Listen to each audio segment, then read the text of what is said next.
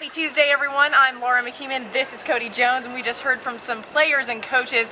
Let's start with Steve Addazio, because one of the themes, obviously, of this week after the Tennessee game is the slow starting offense. It seems to be the case for every single game up until this point. Addazio said, you know, they're aware of it, they're trying to fix it, they're doing what they can with it. Anything else that you took away from that situation there? Well, it's obviously a concern. I think he kind of mentioned that a lot of it just comes down to not really knowing what's going on with the defense so far, and I think that's kind of maybe what we expected a little bit. You know, it's kind of the feeling out type process for them, and it also helps getting the offensive line back. This is the offensive line they thought they were going to have for a while. They were able to use it at Tennessee. Now they're just kind of waiting and trying to build some continuity with that group.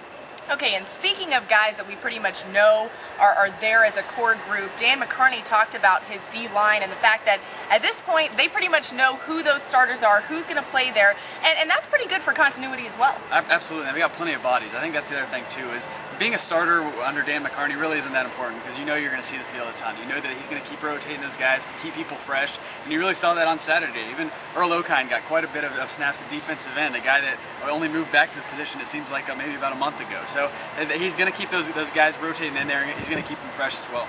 Okay, so speaking of that D-line, we talked a lot about the 5-2 defense that they implemented there. Now, it turns out Terrell Austin actually brought that from the NFL. It's something that they started working on in the spring.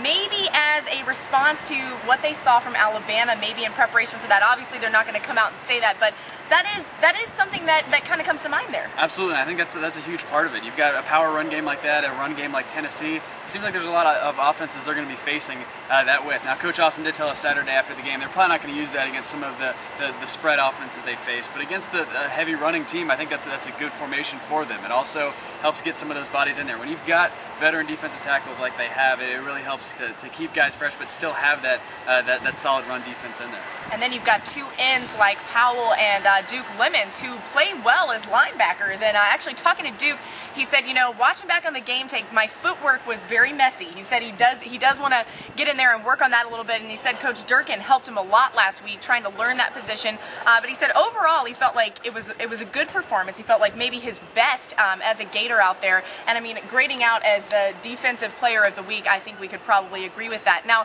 the thing about Duke, though, that, you know, one thing that Myers said on Monday is, hey, we just want to get this guy on the field to see what he can do for us as far as leadership goes. He said he gets out there, shakes his afro around, and just goes crazy. So, good guy to have out there on the field. Yeah, they really like the energy. That's the key thing, the leadership as well. He knows what he's doing, knows a lot of these positions as well. So he brings that energy that I think kind of relaxes some of the younger players sometimes. When you've got a guy that's talking to the other team a lot and just kind of joking around, it kind of gives a loose environment to the defense out there. Okay, we heard from Carl Johnson as well, who said he really appreciates special teams because he said he's too fat to be running around out there.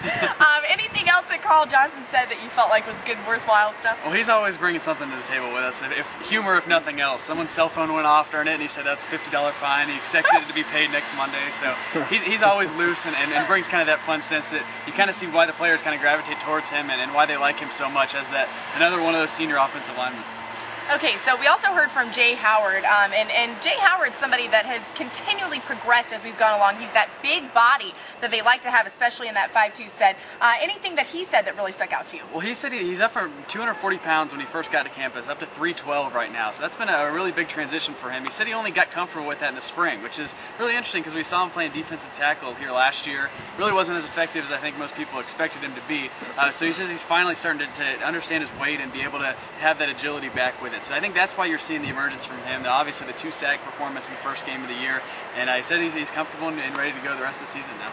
Okay, another theme of the week, or at least one thing that we were hearing a lot about today, has been the fact that if you take a little trip back in time to last year's Kentucky game, remember that week, right now we would have been talking about the swine flu, because that was a week where everyone's walking around with the masks, the surgical masks, and Purell. All the players said they went through more gallons of Purell than anybody should even know about. They were just bathing in it, trying to stay healthy and avoid the swine flu. And then coming back on the plane after that win against Kentucky, they didn't have Tim Tebow with them. So interesting to sort of take a trip back in time and hear what players had to say about what they were feeling during that week. Yeah, it really is interesting as they kind of step back. And the other interesting thing is a lot of these seniors we got to hear from today haven't lost to Kentucky, obviously, as Florida. It's been quite a while since Florida's lost to them. 1986, baby. There you go. So it's been that long, and they don't want to be that team. Nobody wants to be that team, the group of seniors that has that loss. So they know that, and that's been on their mind quite a bit as well.